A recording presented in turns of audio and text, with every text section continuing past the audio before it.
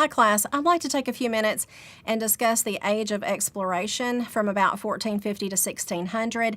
And I'd also like to recap a little of what I've spoken with you about before, and that is what's happening in Eurasia, Europe and Asia. What's happening in their landmass is that they're recovering from the Little Ice Age, they're recovering from the bubonic plague, the Black Death. Remember, this pandemic took the lives of over 200 million people, and it created a lot of social and economic upheavals as well. Now, one of the attempts to recover from the Black Death is going to be a swell in maritime exploration. It was motivated by several things, but one of those is the population is exploding, we need resources, and we need new travel partners. We need new trade partners. And what's out there? Where can we sell our trade matter to?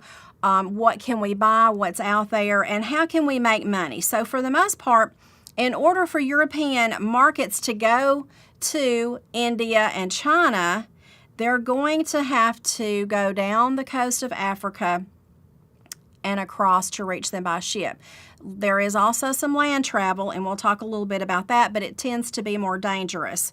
So we're going to discuss some of the outcomes of this European attempt to recover from the Black Death. One thing to keep in mind, class, Europe was much weaker and poorer than the Islamic dynasties and China during this time.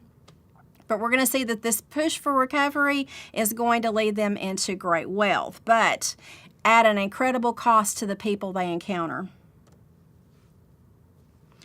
Let's talk a minute again about the Ming Dynasty in China. What's happening? Everybody wanted what China had to offer. They wanted their incredible silk. They wanted their incredible porcelain or china. Porcelain from China was the desire of rich and wealthy and cultured in Europe. And under the Ming Dynasty, China, who again, most populated and most wealthy nation in the world, they wanted very little from the rest of the world. They didn't need what the rest of the world had. China had a wealth of resources. They had native food like rice. They had beasts of burdens like the water buffalo.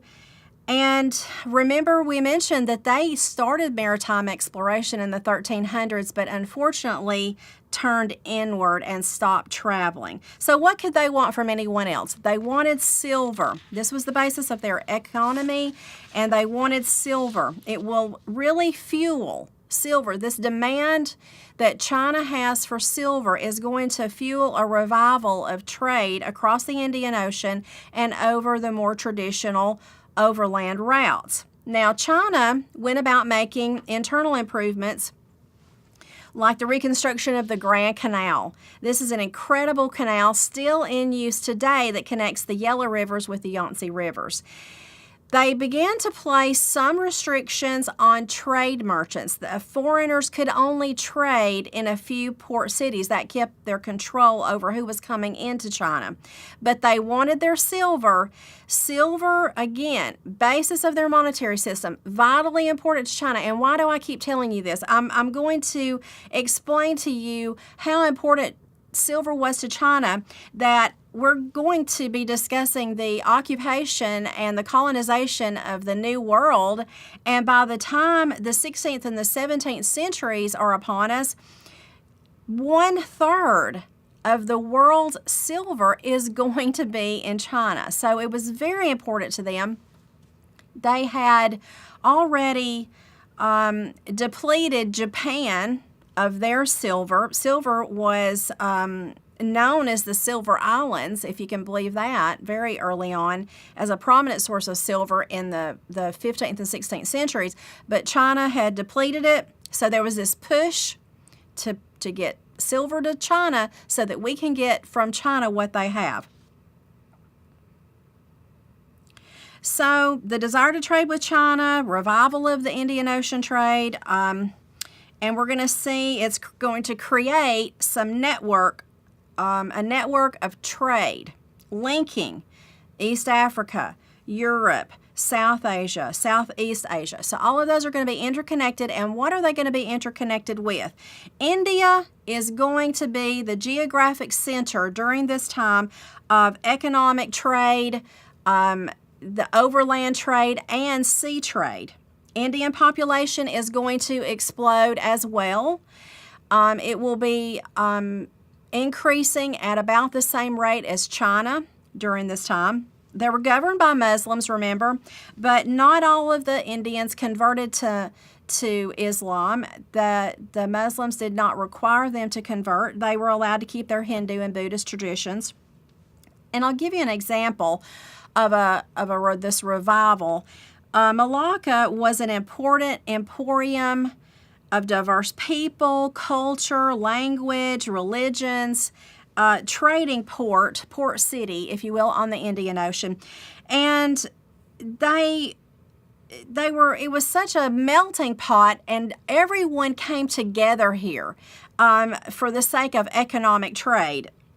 Overland commerce is thriving, so the Ottoman Empire is going to encourage this caravan trade with its camels and what have you, because it will provide considerable tax revenue.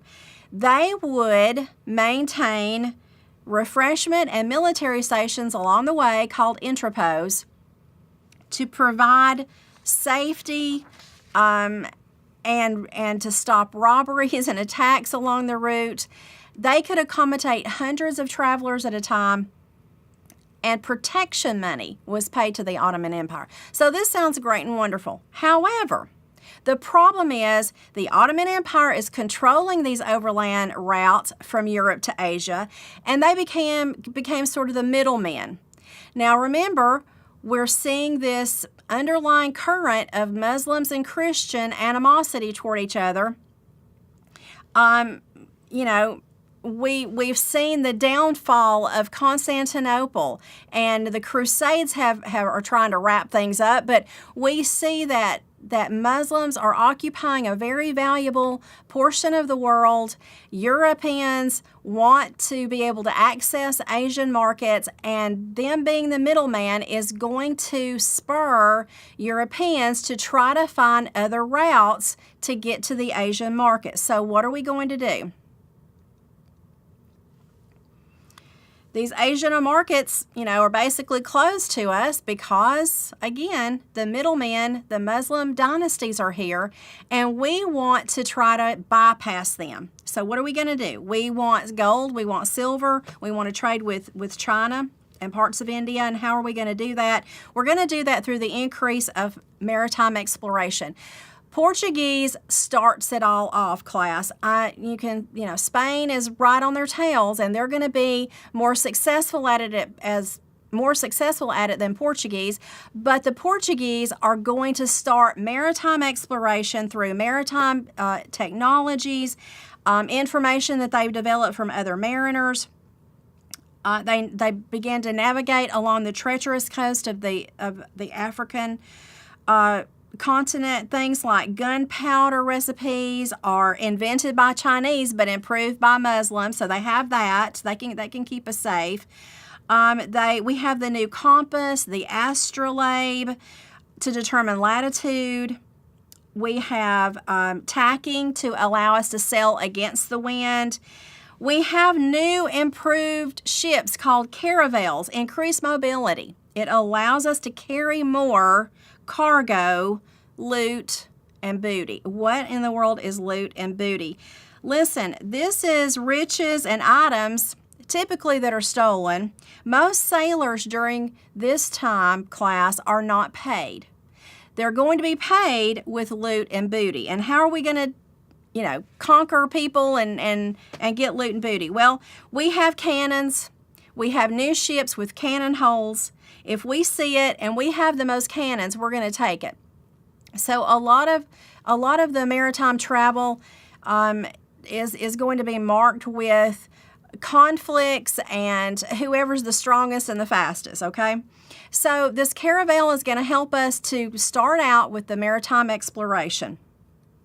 One of the early explorers was Vasco da Gama. He was the first Portuguese mariner to reach the Cape of Good Hope. It took him a couple of years. In the 15th century, Africa is going to be a vital trading area, a source of gold, sugar, and then later slaves. So they established these ports and these fortresses on the Gold Coast of Africa. never inland. They do not go inland.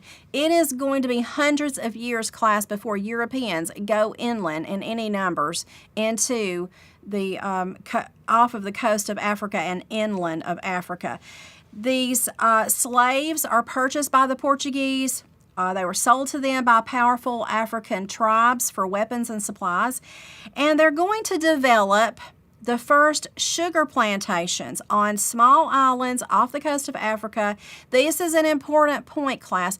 Besides silver, the demand for silver, these sugar plantations are going to set a stage for things to come. This is going to be a model that will be transferred into the New World. These plantations, these sugar plantations managed by Europeans and with labor provided by slaves. That's going to be vitally important.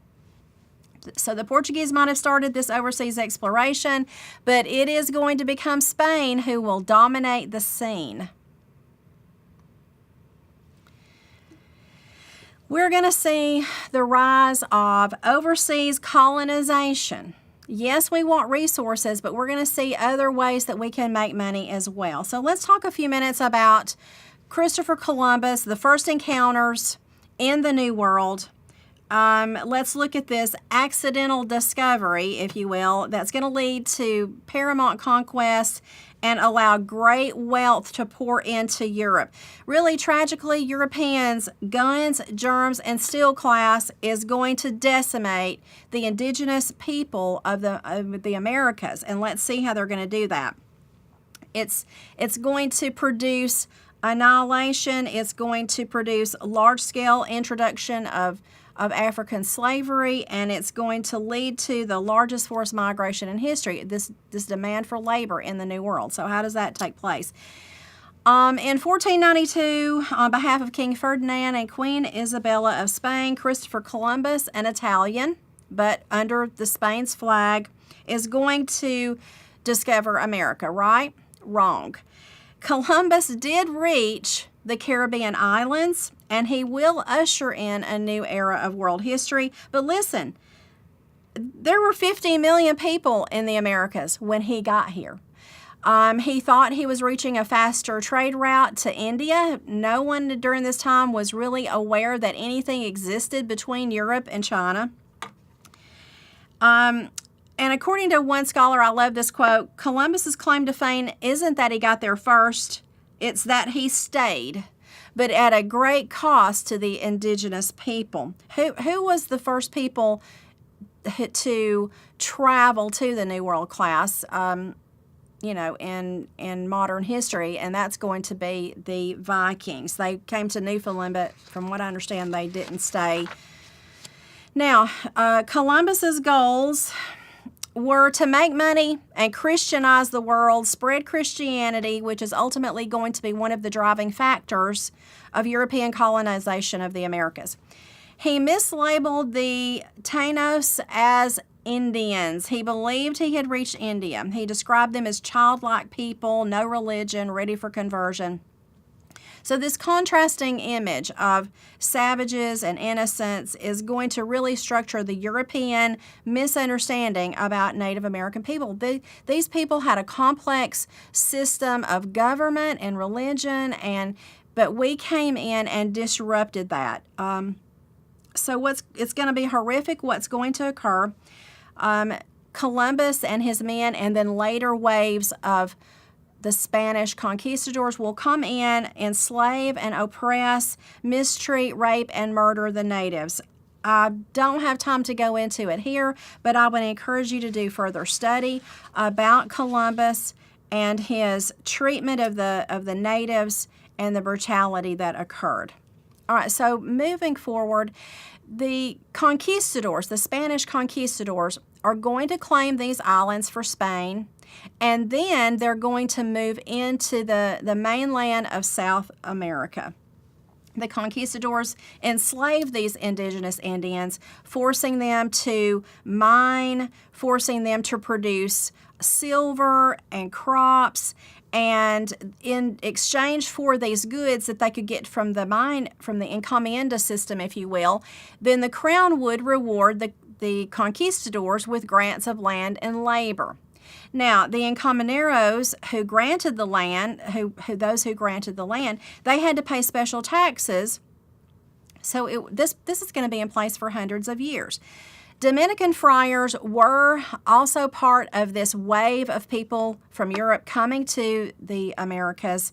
They tried to convert the Indians, often actually protested their treatment, the harsh treatment by the conquistadors, and maybe tried to stop some of the harshest treatment. But let me say, I'm not going to go as far as to tell you that they were their friends.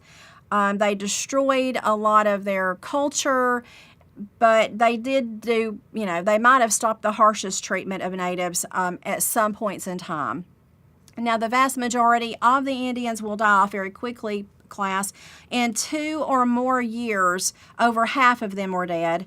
In Haiti, probably 250,000 died in 2 years. According to one account, 56 years after Columbus, fewer than 500 of the Taínos tribe were actually left on Hispaniola. So it was not a good experience for the natives and their encounter with the Spanish. Now, as the Spanish moves inland, let's talk just a moment about the Spanish conquest in Mesoamerica. The first conquest up is going to be the Aztec society. Class, again, the Aztec society is this numerous independent states under a single monarch. It was complex. It was thought out, military leaders, priests, counselors. There were 25 million people at one time in the Aztec state. It was built around Tenochtitlan. It was they had religious and political buildings. They were well irrigated, prosperous agriculture. It was just incredible what was there.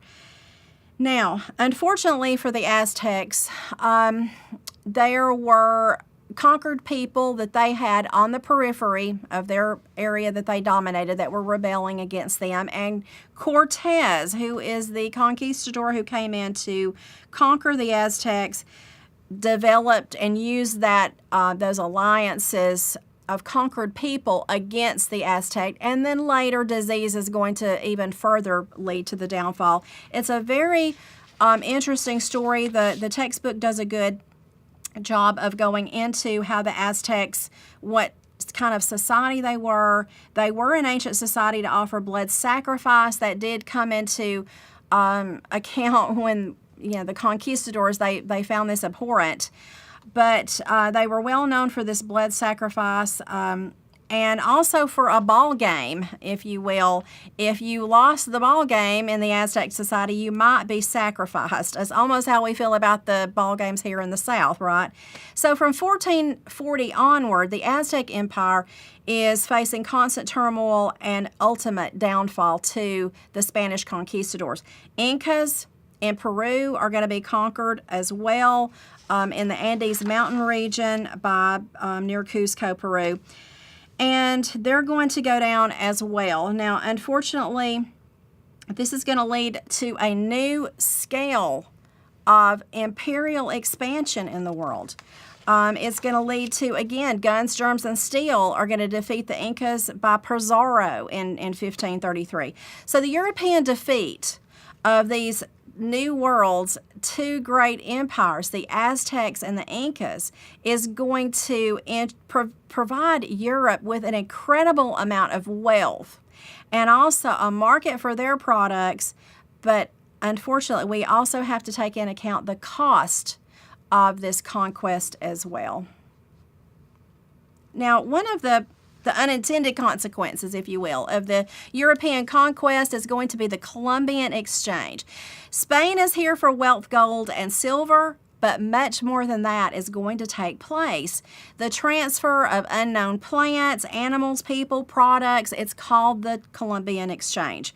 It's going to transform environments, economies, diets, and not all of it is good. Obviously, we've talked a little bit about disease, European disease like smallpox, measles, plagues, influenza will decimate eventually 90% of Native American populations, class. From the New World, Europeans are going to gain something. Europeans will gain what is referred to as the three sisters: corn, tomatoes, beans. They're also going to be introduced to cacao beans, which makes chocolate. Peanuts, tobacco, squash. The Taínos Indians would smoke small little cigars that they would inhale through their nostrils, but it became very popular in Europe. Not through the nostrils, but they loved tobacco.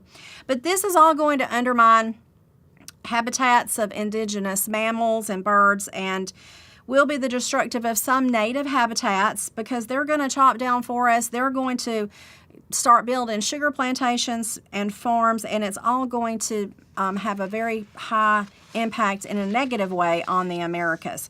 Now, let's take a moment, and I'm gonna stop here after this slide and talk a few minutes about what this world began to look like.